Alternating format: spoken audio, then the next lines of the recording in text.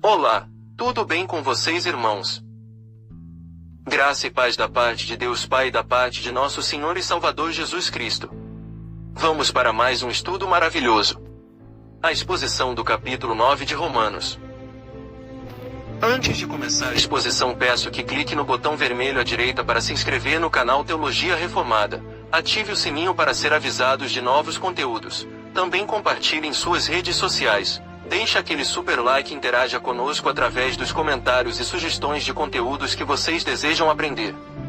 Agora, sem mais demora, vamos à exposição bíblica capítulo 9 de Romanos. Romanos 9 versos 1 a 5.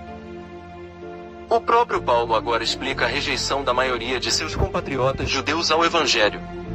Romanos 9 verso 1, testemunhando a minha própria consciência. Em parte, algumas escrituras definem a consciência. Aqui, como em Romanos 2 verso 15 e Romanos 13 verso 5, Paulo pensa claramente sobre a consciência como um autoconhecimento moral, comunicado pela revelação divina. Paulo estava fazendo um juramento legal, acerca de sua sinceridade. Romanos 9 verso 3. Eu mesmo desejaria ser anátema. Embora Paulo seja o apóstolo dos gentios, ele reverbera os sentimentos de Moisés em face da incredulidade dos judeus. Êxodo 32 versos 30 a 32. Eles são seus próprios compatriotas, e Paulo agoniza por eles. Verso 2. Está disposto a sofrer a maldição divina, por eles. É uma fortíssima declaração de amor. Romanos 9 verso 4. Pertence-lhes a adoção. A incredulidade de Israel é destacada pelas inúmeras bênçãos por eles experimentada.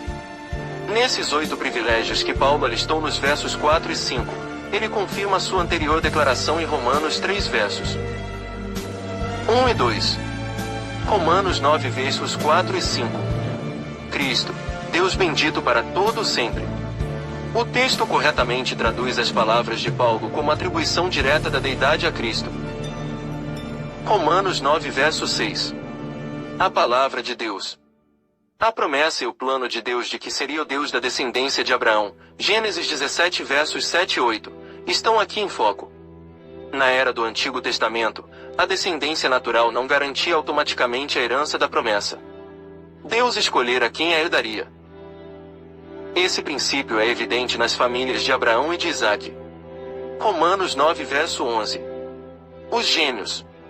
O caso de Jacó e Esaú confirma o argumento de 3 maneiras. A, por serem gêmeos e por terem naturezas tão semelhantes quanto seria possível. B, porque o propósito de Deus reverteu até a minúscula distinção que existia, levando o irmão mais velho a servir ao mais jovem. C, porque o propósito de Deus foi declarado antes dos gêmeos terem nascido, e, portanto, não dependia de seus atos. A eleição não se alicerça sobre atos previstos, obras ou fé. Pelo contrário, ela se alicerça sobre a graça predestinadora e soberana de Deus. Romanos 9 verso 13. Amei Jacó, porém me aborreci de Esaú. Esse propósito distintivo de Deus na eleição, verso 11, foi também confirmado pelas palavras de Malaquias 1 versos 2 e 3, que explica que o amor de Deus por Israel está arraigado em sua livre escolha de Jacó, e não de Esaú. Aborreci-te, neste caso, não pode ser reduzido a amor menos, conforme o contexto de Malaquias 1 versos 3 e 4. Deixa claro. Antes, deve transmitir o sentido de rejeição e antipatia. Romanos 9 verso 14. Que diremos, pois? Paulo reconhece que a sua declaração prévia não podia ficar sem outro comentário. Poderia o propósito soberano e distinguidor de Deus colocar em jogo o seu atributo de retidão perfeita?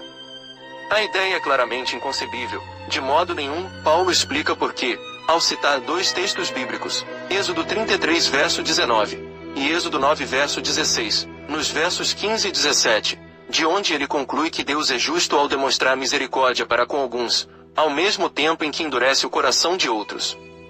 Quando Deus usa de misericórdia, isso não aponta para uma pessoa que recebe um galardão adquirido pelos seus próprios esforços, mas é a graça livre, soberana que ele oferece a pessoas moralmente incapazes de qualquer esforço aceitável.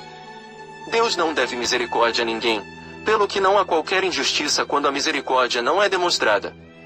A misericórdia é uma prerrogativa divina, repousa sobre o beneplácito de Deus. Quando Deus endureceu o coração de Faraó, verso 18, Ele não criou nenhum mal, mas entregou Faraó aos seus maus desejos já existentes, como um ato de julgamento, o que, eventualmente, resultou na manifestação divina de poder. Verso 22, na destruição do exército de Faraó. Êxodo 14 versos 17 a 18 e 23 a 28. Romanos 9 verso 17. A Escritura diz: Faraó. Foi Deus quem assim falou a Faraó, pela boca de Moisés. Êxodo 9 verso 16. Mas para o apóstolo Paulo, as palavras das Escrituras e a voz e a autoridade de Deus são uma só coisa. Romanos 9 verso 18. De quem quer? Romanos 9 verso 19. De que se queixa ele ainda? Com que direito Deus pode fazer cair a culpa dos pecados sobre aqueles a quem ele endureceu contra si mesmo?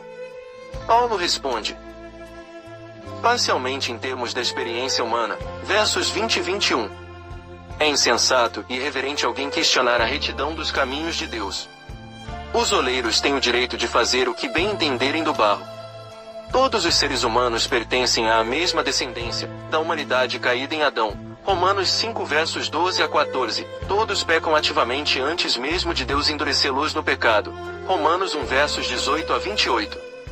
Que Deus demonstre misericórdia para qualquer um da descendência adâmica, a fim de criar vasos de honra. É a benevolência da graça divina. Que outros se tornem vasos menos úteis é uma questão de sua prerrogativa divina, sendo, por si mesma, uma questão de perfeita justiça para com eles. Romanos 9 verso 23. Que para a glória preparou de antemão. Ver o propósito de Deus. Paulo não elabora sobre a preparação em vista. A adição das palavras, de antemão, em conexão com os vasos de misericórdia, pode estar apontando para a misericórdia que se originou no beneplácito de Deus desde a eternidade. Romanos 8 versos 29 e 30, ao passo que a ira em vista é uma reação direta à impiedade e à injustiça já existentes. Romanos 1 versos 18 a 32. A distinção entre os eleitos e os réprobos não jaz em qualquer coisa neles existente. Todos são merecedores da ira divina, mas exclusivamente, depende da vontade de Deus.